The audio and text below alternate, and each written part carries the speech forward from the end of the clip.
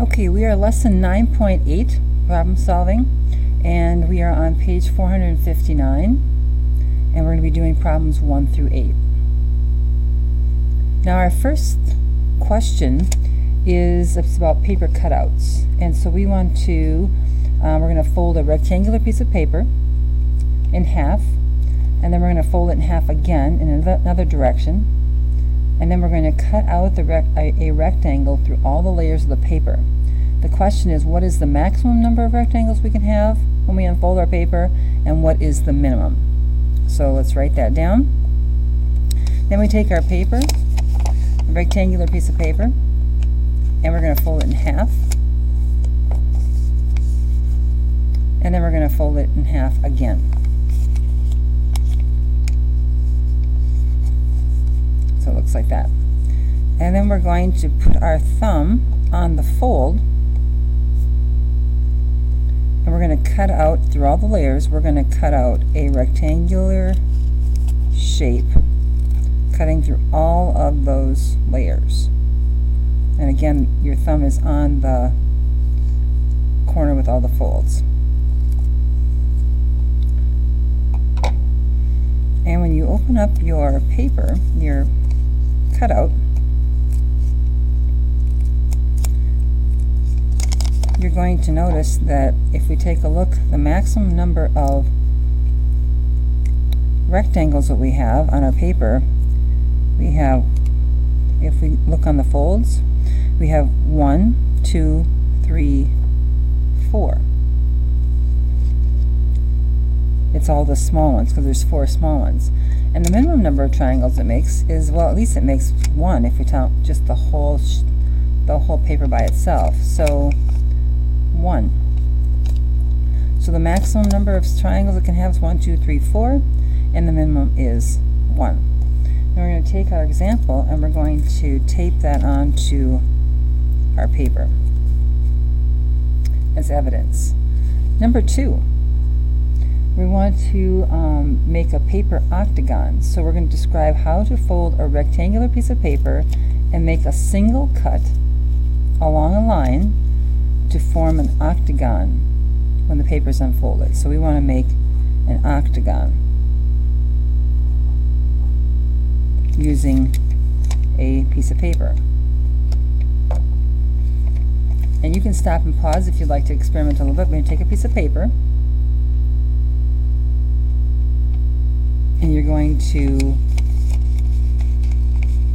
fold your piece of paper in half, and then you're going to fold it in half again.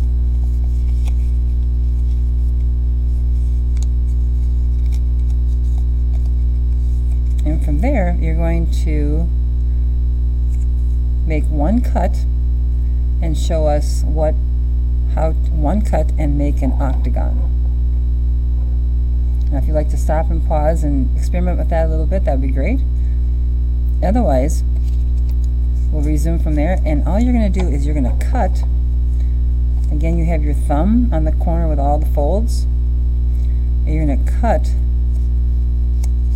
the corner that has the open ends. And we're going to cut it like so. So we kind of cut like a triangular shape off. So if all those little pieces fall away, and then if we open this up, we end up with an 8-sided shape, 1, 2, 3, 4, 5, 6, 7, 8, which is an octagon. And then we're going to take our piece of paper to show evidence of that, and we're going to tape that onto our paper. Number 3. In this case, we want to find out which cube cannot be formed by folding the pattern shown below. So we're going to take a moment and we're going to take this shape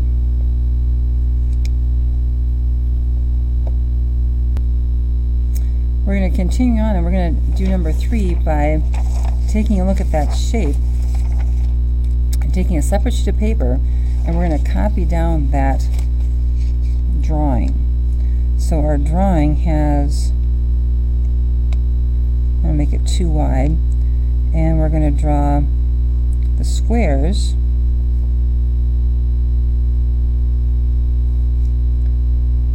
Actually, I'm going to use a straight edge, so my lines are a little bit more precise.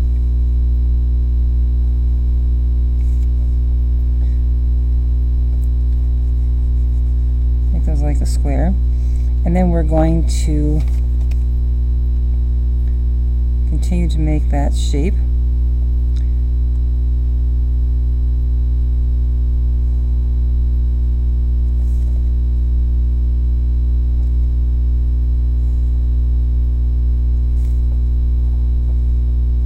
And then we're going to have you stop and pause the video. We're going to, once we have that shape drawn, then we're going to put the little shape, the symbols on there.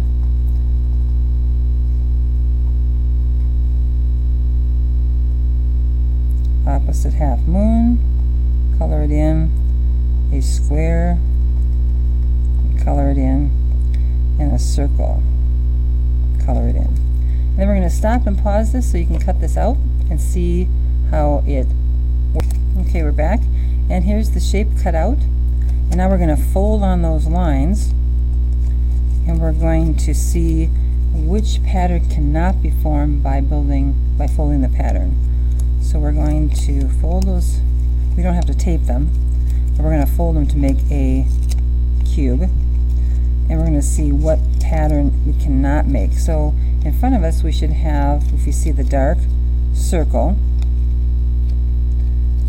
and we tip it on its side,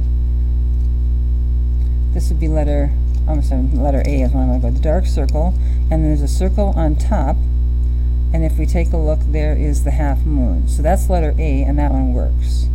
Letter B, if we take the hollowed out, the square, and we tip it, you can see that letter B, we're looking for the diagonal, so if we turn this, there we go, turn it upside down.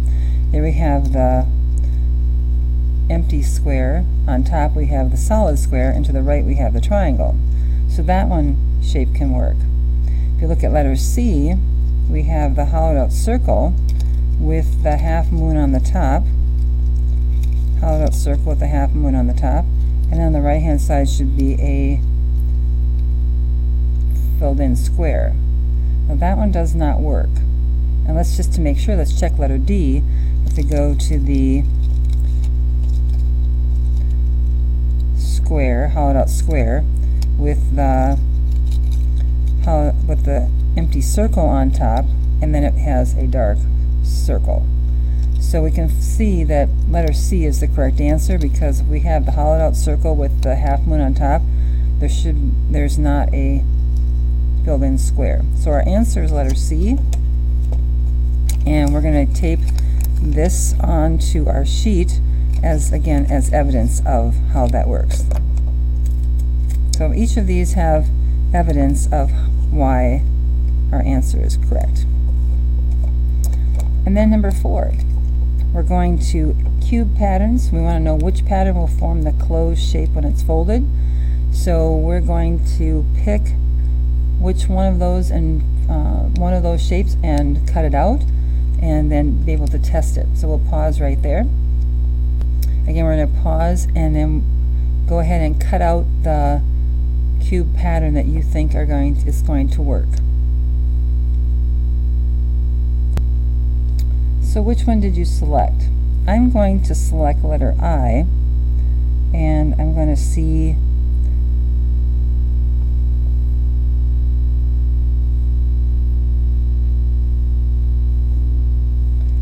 we have 4 spaces across here, and on this end there is 1, 2. We're going to make another square right there.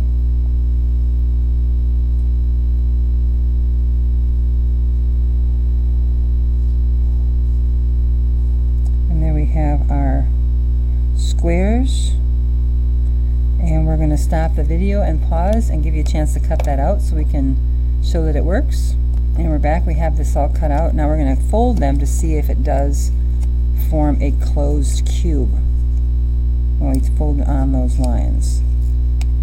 And again, you don't have to tape them, but we have to show evidence that this is a closed cube. So you have to show that it's been folded and it does work. So we can wrap this around like this, The top and of course the bottom is right there, and so we can show evidence that yes, this does make a closed cube. So let's lay it flat, and our choice was letter I. So we're going to say letter I is the pattern that forms a closed cube, and then we're going to tape that onto our paper. Let's go to number 6. We're going to need graph paper for number 6, and we have, or excuse me, number 5. We have furniture. Our bedroom measures 10 by 12 feet, and we want to make sure the furniture fits in this room. So take a moment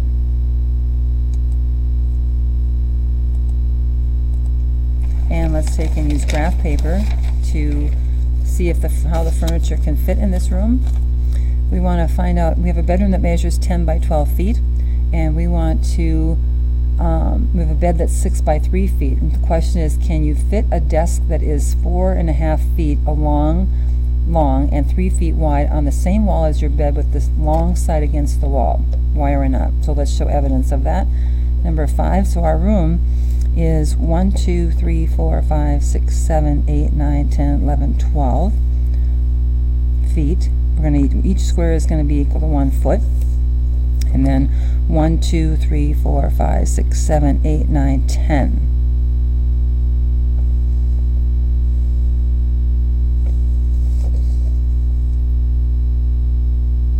And we're going to make that bedroom size. And so we have our bed, which is 6 by 3 feet. So 1, 2, 3, 4, 5, 6, and then by 3, 1, 2, 3. So this is the long side. So we're saying there's our 6 by 3 foot bed, and will the desk, which is 4.5 feet, will that fit along the same wall, against the wall, the long side? So 1, 2, 3, 4.5. And then it's by 3, 1, 2, 3. So we're saying, will those two pieces of furniture fit along the wall? And so this is the desk, and this is the bed, and they do fit as long as you put them on the 12-foot wall. So the question is yes, answer is yes, and this is our explanation in our drawing. Number 6. You can do it right here on the graph paper if you want to, or you can go back to your line paper. And we want to know, we have a random drawing. Each student in the school has 635 students, is assigned a number in from 1 to 635 for a random drawing. How many students will be assigned a number with a 2 in it? So how many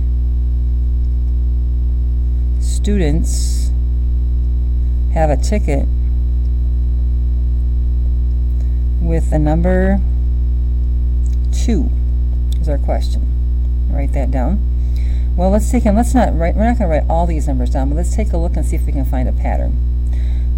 So if we dance 1, 2, 3, 4, 5, 6, 7, 8, 9, 10, we have a number 2 there. If we have 11, 12 has a 2. I know the rest of the numbers don't have a 2. We have 22, but then now we have all of our 20s. So we have 21, and this is 20, 21, and we go all the way through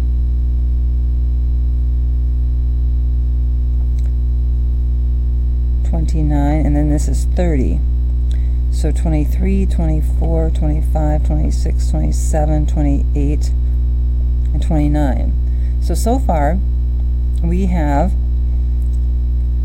just in the hundreds, we'll let you figure that out, we have 32, 42, 52, 62, 72, 82, 92, and 102. So this is in the 100 count to see how many 2s we have. Do that to begin, and then we'll come back on the second part of the video and see how we can finish this off. So this tells us how many in 100.